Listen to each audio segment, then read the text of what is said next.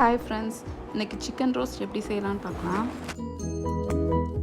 ஒரு சின்ன பேனில் பெப்பர், கொஞ்சமாக fennel seeds, 2 dry chilli and cinnamon ஒரு துண்டு, கொரியண்டர் சீட்ஸ் சேர்த்து நல்லா ட்ரை ரோஸ்ட் பண்ணிவிட்டு அதை மிக்சியில் பவுடர் பண்ணி எடுத்துக்கலாம்.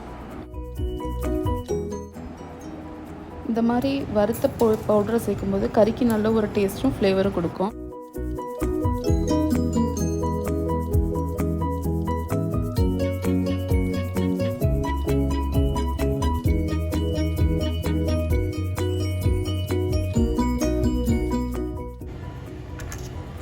இந்த 1 கிலோ சிக்கன் நான் க்ளீன் பண்ணி வச்சுருக்கேன்.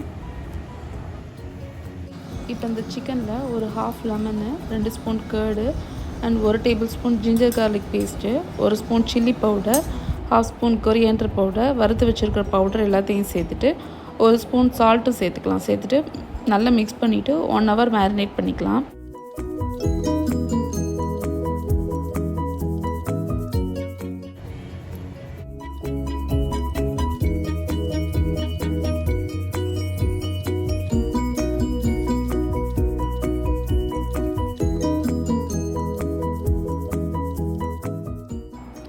அடுத்தது ஒரு பேனில் ஒரு 4-5 ஸ்பூன் ஆயில் சேர்த்துக்கலாம். ஆயில் ஹீட் ஆனதும் 4-5 ஆனியனை ஸ்லைஸாக கட் பண்ணி வச்சுருக்கேன், அதை அதில் சேர்த்துக்கலாம். ஆனியன் நல்லா ஃப்ரை ஆகிறதுக்கு 1/2 ஸ்பூன் சால்ட்டும் ஆட் பண்ணியிருக்கேன். இப்போ ஆனியன் நல்லா வதங்கிடுச்சு. இப்போ 1 ஸ்பூன் ஜிஞ்சர் கார்லிக் பேஸ்ட் இதில் ஆட் பண்ணிக்கலாம். இப்போவே கொஞ்சமாக கறி லீவ்ஸும் ஆட் பண்ணியிருக்கேன். எப்போவுமே கறி லீவ்ஸ் ஆனியன் நல்லா வதங்கின அப்புறம் தான் சேர்க்கணும். அப்போ தான் கறிக்கு ஒரு நல்ல டேஸ்ட் கிடைக்கும். நெக்ஸ்ட்டு ஒரு 1/2 ஸ்பூன் சில்லி பவுடர் சேர்த்துக்கலாம். இந்த டைமில் சில்லி பவுடர் சேர்த்திங்கன்னா அது ஆயிலில் நல்லா ஃப்ரை ஆகி சிக்கன் ரோஸ்ட்டுக்கு ஒரு நல்ல கலர் கொடுக்கும். அடுத்தது ஒரு தக்காளி நல்லா ஸ்லைஸாக கட் பண்ணி வச்சுருக்கேன், அதையும் சேர்த்துக்கலாம்.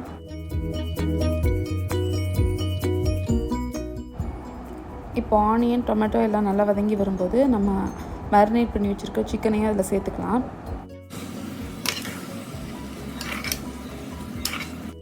இப்போ நல்லா மிக்ஸ் பண்ணிவிட்டு நம்ம லிட்டு போட்டு க்ளோஸ் பண்ணிக்கலாம். ஒரு 15 மினிட்ஸ் கழித்து லிட்டு ஓப்பன் பண்ணி பார்த்தா சிக்கனில் நிறைய தண்ணி நிற்கும். இனி நம்ம லிட்டு யூஸ் பண்ண வேண்டாம், ஓப்பன் பண்ணி வச்சே நம்ம குக் பண்ணலாம். ஸ்டவ்வை மட்டும் மீடியம் ஃப்ளேமில் வச்சுக்கோங்க.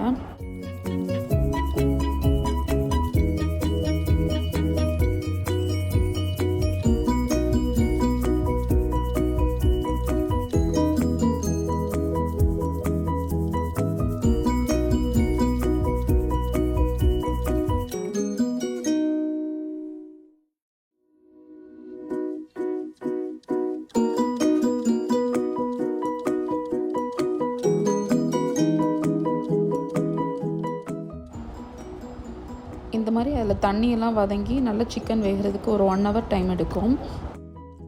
இப்போ சிக்கன் நல்லா ரோஸ்ட் ஆகி வர்றதுக்கு அதில் ஒரு 4-5 ஸ்பூன் ஆயில் சேர்த்துக்கலாம்.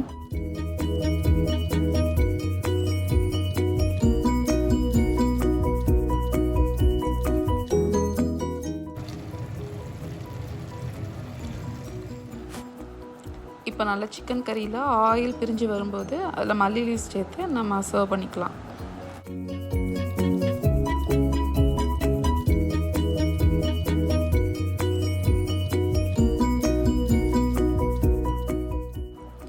இப்போ நம்மளோட சிக்கன் கறி ரெடி ஆயிடுச்சு. கண்டிப்பாக நீங்களும் ட்ரை பண்ணி பாருங்கள்.